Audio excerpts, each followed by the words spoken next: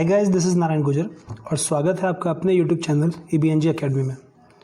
हम स्टार्ट कर रहे हैं क्लास 12th इकोनॉमिक्स की लेक्चर सीरीज़।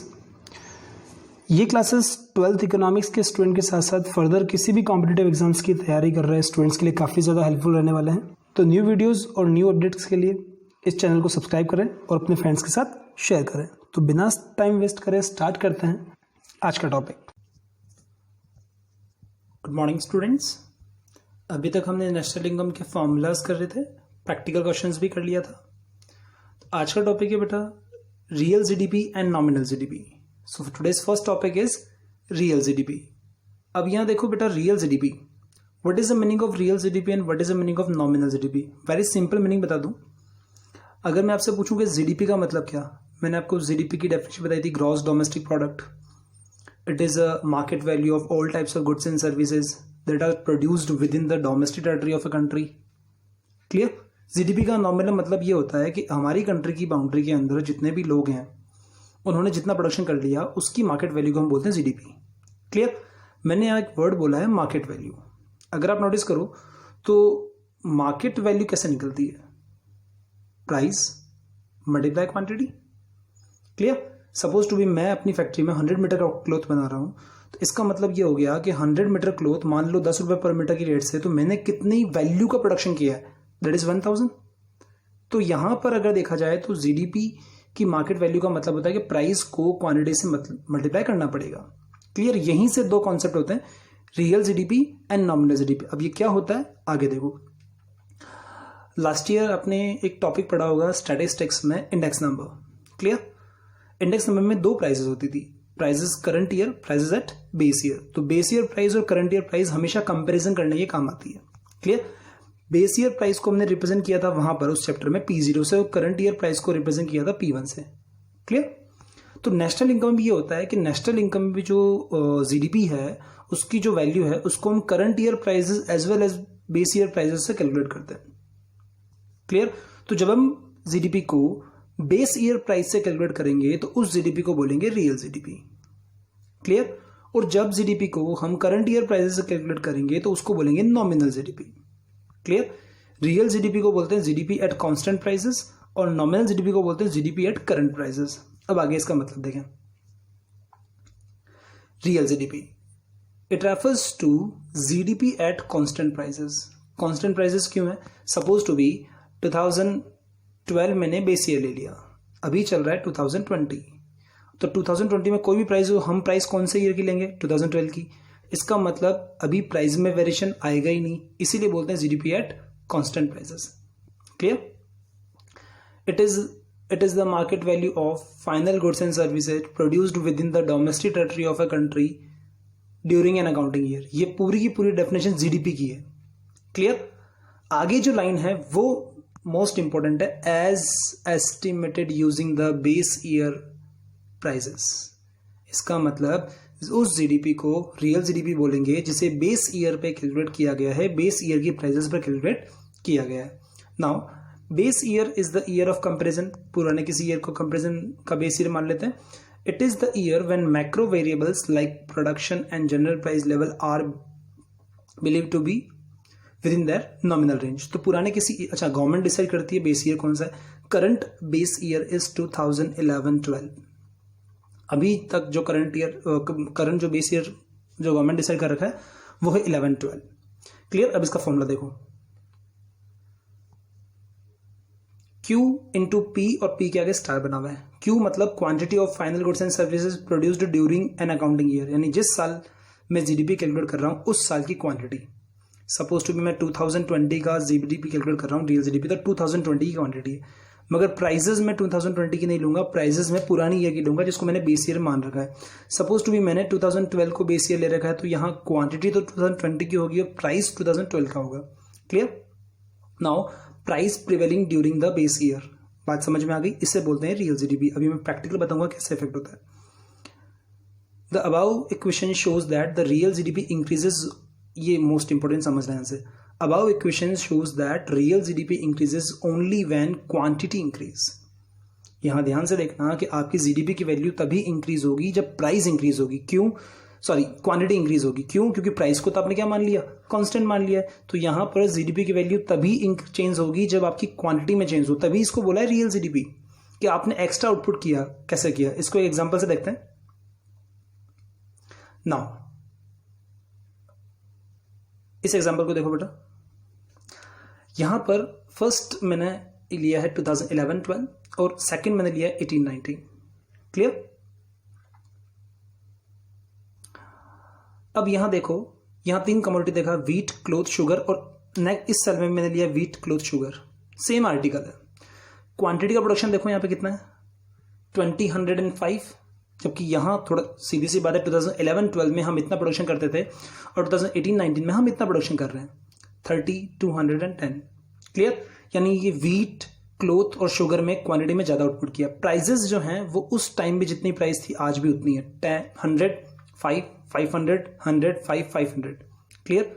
और रियल जीडीपी क्या बोलता है कि 11-12 में जो प्राइजेस है मल्टीप्लाई कर दो, तो 20 मल्टीप्लाई 100 दैट इज 2500, 2500, कितनी वैल्यू आ गई, 5000। अब यहां पर जो 18-19 है उसमें भी हमने प्राइजेस 18-19 के लिए बेस ईयर की लिए, क्योंकि रियल जीडीपी का मतलब होता है GDP at base year prices, तो प्राइजेस में चेंज नहीं आया है। दोनों कॉलम को मल्टीप्लाई करो, Q इंटू पी, 3000, 1000, 5000, सम कितना आया, 9000। अगर आप यहां बात नोटिस करो कि 2011-12 में जीडीपी कितना था, 5000, 18-19 में जीडीपी कितना है, 9000। ये 5000 से 9000 कैसे आया? प्राइस तो सेम है, इसका मतलब GDP change only when quantity will change, तभी तो इसको बोलते हैं रियल जीडीपी, कि आपने अगर क्वांटिटी में एक्स्ट्रा आउटपुट किया है तो आपने रियली जीडीपी में कुछ चेंज किया है, अदरवाइज को हम नॉमिनल जीडीपी वाला कॉन्सेप्ट मानते हैं। तो real GDP means GDP at constant prices, जिसमें प्राइस चेंज नहीं होती है, सिर्फ क्वांटिटी चेंज होगी तो जीडीपी की वैल्यू चेंज होगी, अदरवाइज चेंज नहीं होगी। क्लियर? या देखो, real GDP rises from 5000 to 9000 crore even when the price level is constant. So rise in GDP is driven exclusively by the rise in output. इसका मतलब GDP तभी increase change होगी जब output में चेंज होगा, क्योंकि प्राइस तो हमने क्या मान ली, कांस्टेंट। इस कॉन्सेप्ट को बोलते हैं रियल जीडीपी। ठीक है, नेक्स्ट नॉमिनल जीडीपी। अब नॉमिनल जीडीपी कैसे बोलते हैं, पहले ही बताया था कि जहां पर क्वांटिटी और प्राइस दोनों सेम ईयर की लेते हैं। सपोज टू बी 2020 चल रहा है, तो 2020 की क्वांटिटी और 2020 की प्राइस लोगे, उसे बोलते हैं नॉमिनल जीडीपी और GDP at current prices. It refers to GDP at current prices. It is the market value of final goods and services produced within the domestic territory of a country during an accounting year. ये किसकी definition है, GDP की definition है। आगे देखो, as estimated using the current year prices, यानी GDP को कौन सी प्राइस पे कैलकुलेट करोगे, करंट ईयर प्राइसेस पे कैलकुलेट करना है। Current year prices are the prices prevailing during the year of estimation, यानी कि जिस ईयर की हम कैलकुलेशन कर रहे हैं उसी ईयर की प्राइस हम लेंगे। तो फॉर्मूला यहां क्या हो जाएगा, Q इंटू पी, यानी क्वांटिटी भी उसी ईयर की और प्राइस भी उसी ईयर की। सपोज टू बी 2020 मैंने लिया है, तो 2020 की प्राइस और 2020 की क्वांटिटी ली जाएगी। तो quantity of final goods and services produced during an accounting year, quantity के अंदर आ जाएगा, और प्राइस के अंदर आ जाएगा price prevailing during the accounting year, यानी दोनों सेम ईयर की लेंगे तो उसे बोलेंगे नॉमिनल जीडीपी। इसका भी एग्जांपल देख लेते हैं। यहां एग्जांपल देखो,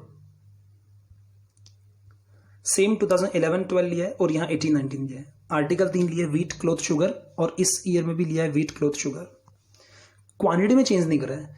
11-12 में हम करते थे 20, 100 और 5, और यहां करते थे 20, 100 और 5, यानी क्वांटिटी में कोई चेंज नहीं है, बस प्राइस में चेंज आ रहा है। क्लियर? इसका मतलब अगर देखा जाए तो 11-12 में हम जितना काम करते थे 18-19 में भी आज भी हम उतना ही काम करते हैं, एक्स्ट्रा काम नहीं कर रहे हैं। उस टाइम भी हम 20 ton wheat, 100 metre cloth, 5 ton sugar बनाते थे, और इस 18-19 में भी हम उतना ही बना रहे हैं, एक्स्ट्रा काम नहीं कर रहे हैं। बट क्योंकि प्राइसेस भी चेंज है, उस टाइम प्राइस चलती थी 100, 5, 500, और अभी प्राइस चल रही है 1000, 20 और 1600। इसका मतलब अगर दोनों मल्टीप्लाई करेंगे तो आपका जो जीडीपी आएगा 11-12 के लिए वो आएगा 200, 500, 2500, that is 5000। But current year में आएगा 20,000, 2000, 8000, टोटल आएगा 30,000। अब आप एक बात सोचें, यहाँ पे ये 5000 से 30,000 क्यों हुआ? आपने कुछ एक्स्ट्रा काम किया क्या? क्वांटिटी में कुछ भी एक्स्ट्रा आपने नहीं किया है, चेंज किस में आ रहा है? प्राइस में। इसका मतलब नॉमिनल जीडीपी बिना क्वांटिटी में चेंज करे भी चेंज हो सकता है, इसीलिए इसको नॉमिनल जीडीपी बोलते हैं कि सिर्फ प्राइजेस में वेरिएशन आने से आपकी इनकम ज्यादा शो कर रहा है, अदरवाइज रियली में आपने एक्स्ट्रा आउटपुट कुछ भी नहीं किया है। इस टर्म को बोलते हैं नॉमिनल जीडीपी। तो दो बातें ध्यान रखने, जब हम प्राइस चेंज नहीं करते, करंट ईयर प्राइसेस को इग्नोर करके हम बेस ईयर प्राइस से कैलकुलेट करते हैं, तो उस जीडीपी को बोलते हैं रियल जीडीपी। और जब हम करंट ईयर प्राइसेस पे कैलकुलेट करते हैं जहां पर प्राइसेस चेंज होती रहती है, उसको बोलते हैं नॉमिनल जीडीपी। टू टर्म्स आते हैं। क्लियर? तो अभी तक हमने पढ़ा real GDP and nominal GDP. अब रियल जीडीपी और नॉमिनल जीडीपी का जो यूज होता है, 4 मार्क्स का सीबीएसई का हर साल का क्वेश्चन आता है, 4 नंबर में फिक्स है ये, जीडीपी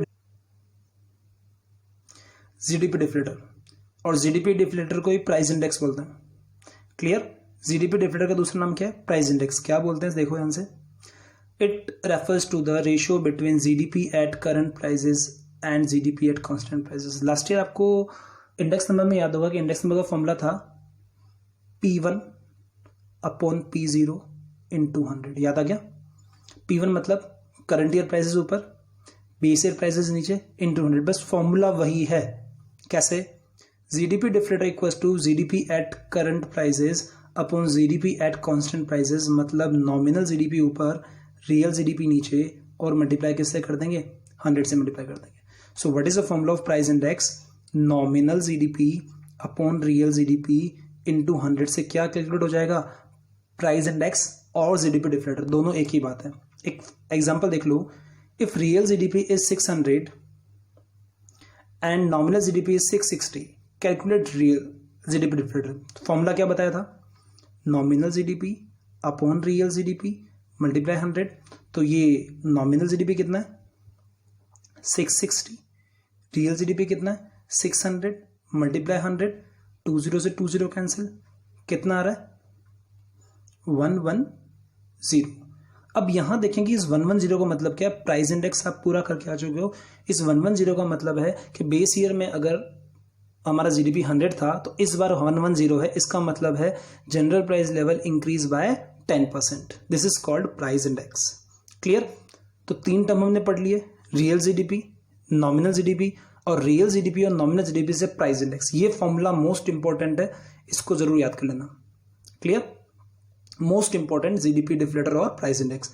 अब दोनों जीडीपी का कन्वर्जन वाला क्वेश्चन, 3 क्वेश्चन बनते हैं, या तो सीधा आपको पूछ ले या कन्वर्जन वाला पूछ ले। तो एक बात मुझे बताएं, फॉर्मूला इससे बन रहा है, कोई नया फॉर्मूला नहीं बन रहा है। अभी मैंने आपको बताया था formula of price index equals to nominal GDP upon real GDP into 100। But अगर मुझे रियल जीडीपी कैलकुलेट करना है, क्लियर, अगर मुझे रियल जीडीपी कैलकुलेट करना है तो इसका मतलब क्या हो जाएगा कि ये रियल जीडीपी इधर आ जाएगा और प्राइस इंडेक्स इधर आ जाएगा। तो फॉर्मूला, ये नॉमिनल जीडीपी यहीं कहीं रहेगा। सो फॉर्मूला बनेगा nominal GDP upon price index multiply by 100। Clear? Formula इसी से बन रहा है, कोई नया फॉर्मूला याद नहीं रखना, फिर भी याद कर लेना। तो इसका मतलब ये हो गया, कन्वर्जन के लिए एक ही फॉर्मूला यहां पे दे रखा है, देख लो। रियल जीडीपी और जीडीपी एक कांस्टेंट प्राइस अगर कैलकुलेट करना है तो जीडीपी एट करंट प्राइसेस ऊपर आएगा अपॉन प्राइस इंडेक्स इनटू 100। ये है फर्स्ट फॉर्मूला। क्वेश्चन भी दे रखा है आपके सामने कि suppose to be 2011 GDP is 100 crore and 2019 it is 200 crore at current prices and price index are rises from 100 to 400 with the same period GDP at current prices is converted into real GDP। आपको यहां calculate करना है real GDP. ये table देखो, GDP at current prices कितना है? 200। Index number यानी कि जो इंडेक्स नंबर दे रखा है वो कितना दे रखा है? 400 दे रखा है। क्या कैलकुलेट करना है? Real GDP. फॉर्मूला मैंने क्या बताया था? रियल जीडीपी का क्या होगा? Nominal GDP upon price index into 100 कर लो। क्लियर? अब इसके अंदर आप ये देखो बेटा, नॉमिनल जीडीपी कितना है? 200। प्राइस इंडेक्स कितना है? 400 मल्टीप्लाई 100। सीधा सा लॉजिक है, 1/2 इसका आ रहा है। इसको कटोगे कितना आंसर आ रहा है? 50। So your GDP at constant prices is 50। ये आपका आंसर। क्लियर? नेक्स्ट, अगर सर उल्टा करना हुआ तो, अगर हमको नॉमिनल जीडीपी कैलकुलेट करनी हुई तो वही फॉर्मूला याद करो कि प्राइस इंडेक्स का फॉर्मूला क्या बताया था, nominal GDP upon real GDP into 100, formula यही था।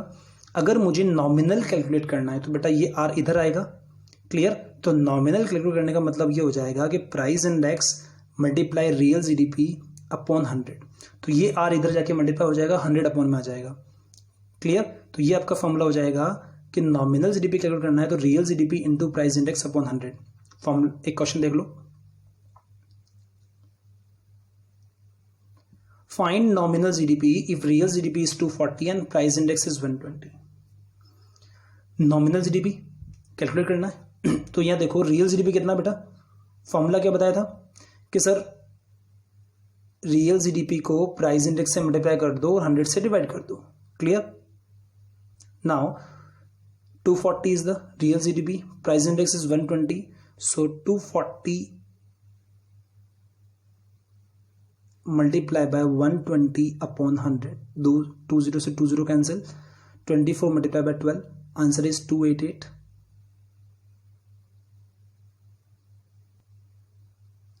So 288 is nominal GDP, clear। तो इस वीडियो में हमने कितना पढ़ा, first nominal GDP, real GDP और नॉमिनल रियल से मिला के हमने क्या पढ़ा, प्राइस इंडेक्स और दोनों जीडीपी का आपस में कन्वर्जन। ये 3 क्वेश्चन हर बार आते हैं, या तो सीधा प्राइस इंडेक्स बोल दे कि real GDP this, nominal GDP is this, calculate price index, या फिर आपको नॉमिनल रियल में से कुछ पूछ ले। ये 3 क्वेश्चन 4 मार्क्स के लिए very most important question in CBSE exams, clear. Thank you.